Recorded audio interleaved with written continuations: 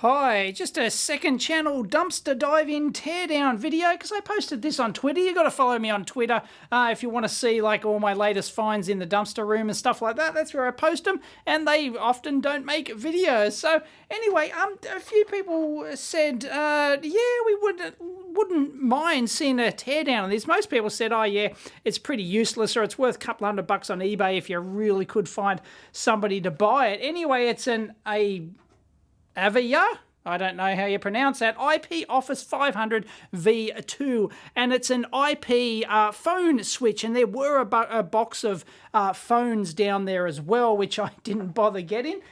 So anyway, I thought we'd do a teardown of this. I have no idea what these, IP phone officey system type things do. You know, you hook them up to your interwebs and you can do IP voice calling, I guess, and all the fancy stuff that goes along with that. Anyway, for those playing along at home, no manufacturing date on there or anything. So it's got this modular based thing. This will just be a one-hit wonder video, by the way. I'm not going to put any spit and polish into this one. And the back here, we've got 240 mains. There's the rest of it.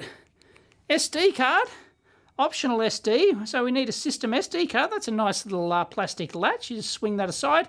LEDs for CPU, system SD and optional SD, whether or not they're working. RS-232.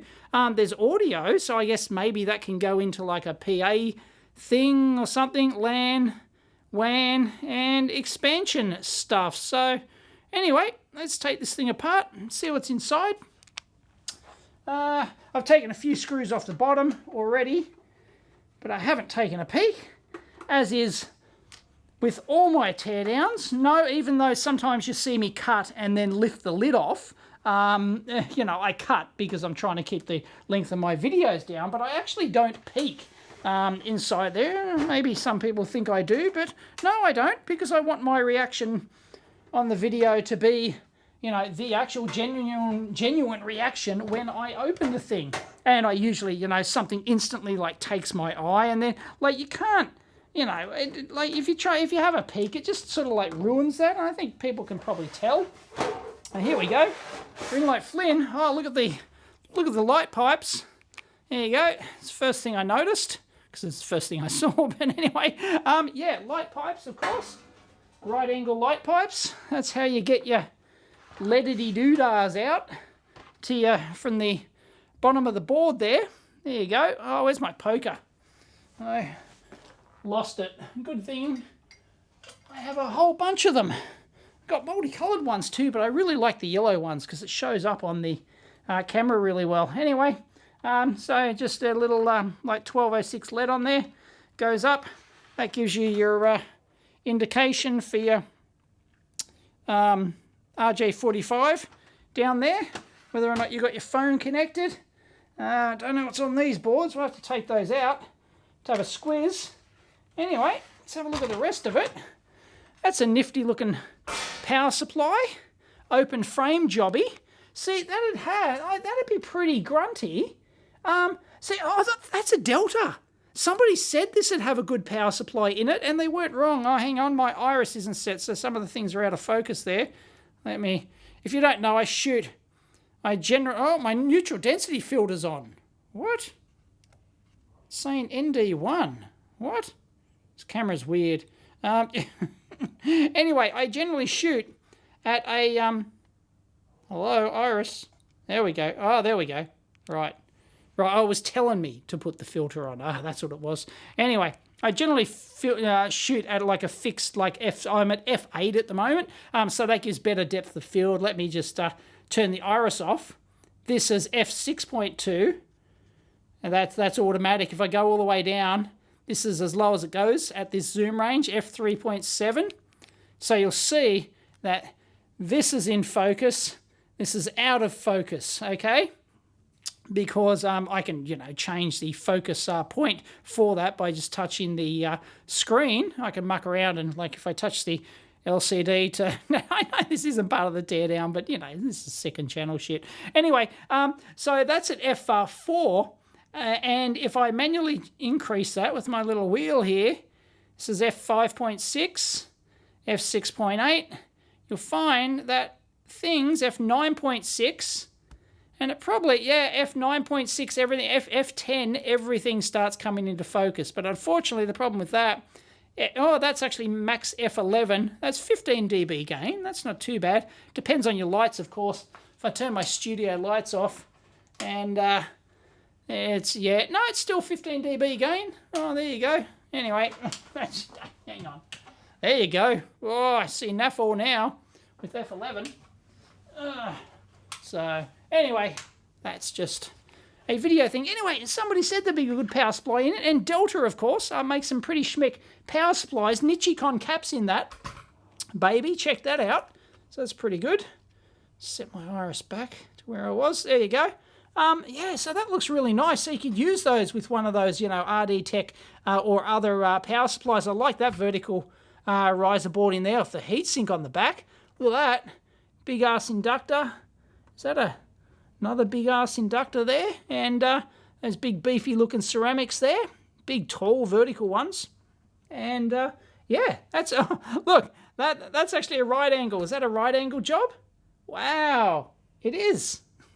Anyway, so they're Nichicons as well, Nichicon output caps. So yeah, really top quality Delta power supply. I'm going to actually, glad I got this actually. I'm going to strip that out. It might have a, I'm not sure if it'll have a common like footprint or whatever, but potentially, yeah, that's a nice little power supply.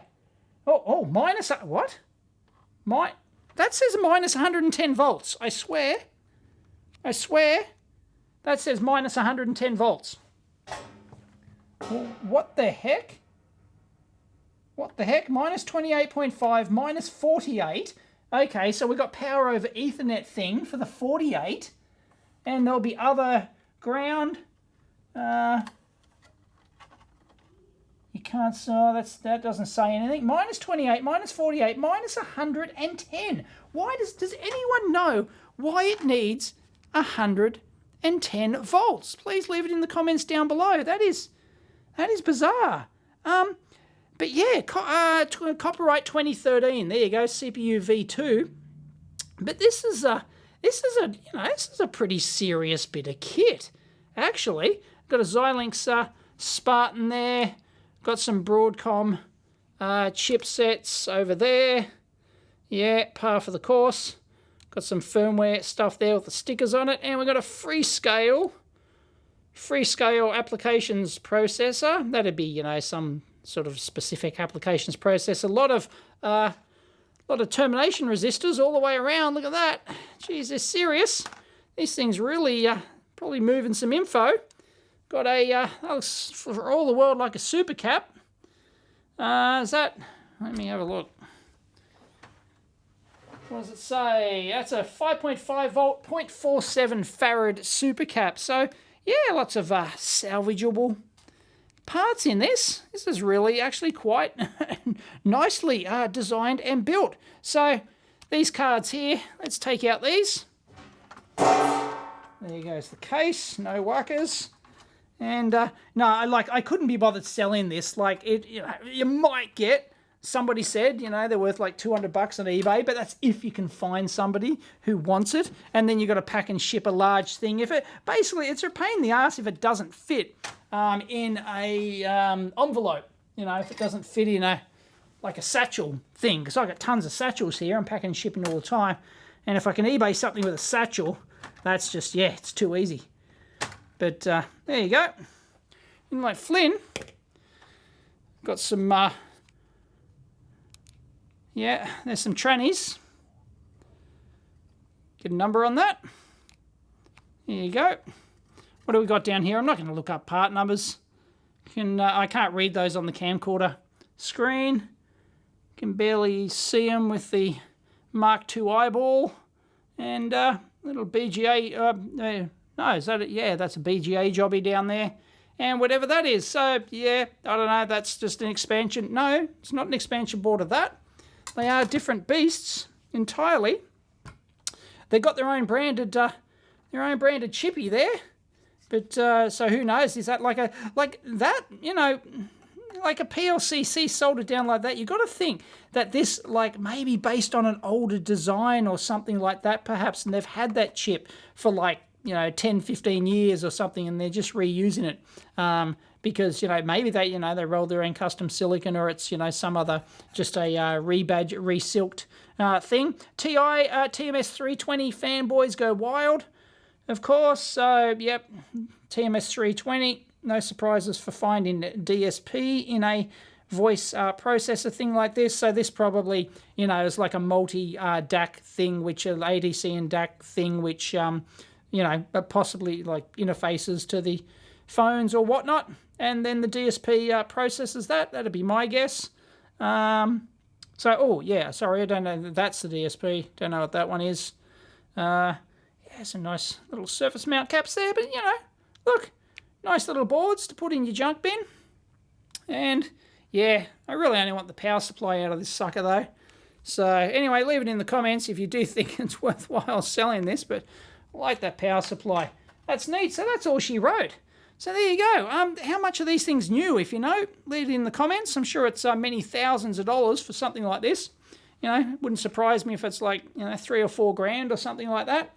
And these are obviously just expansion channels for more channels. So there you go. It's got it's got 12. Yeah, 12 channels per card there. So there you go. That's interesting. One of these VoIP things, absolutely useless to me. Or most people, really, unless you're running some, big phone scam service or something, and you got a whole bunch of suckers on the line. And, apart from that, interesting. Anyway, somebody on Twitter said that they maintain these. They've installed like thousands of them or something like that. So, yeah, check out that. But anyway, I hope you enjoyed that. One take wonder teardown. Catch you next time.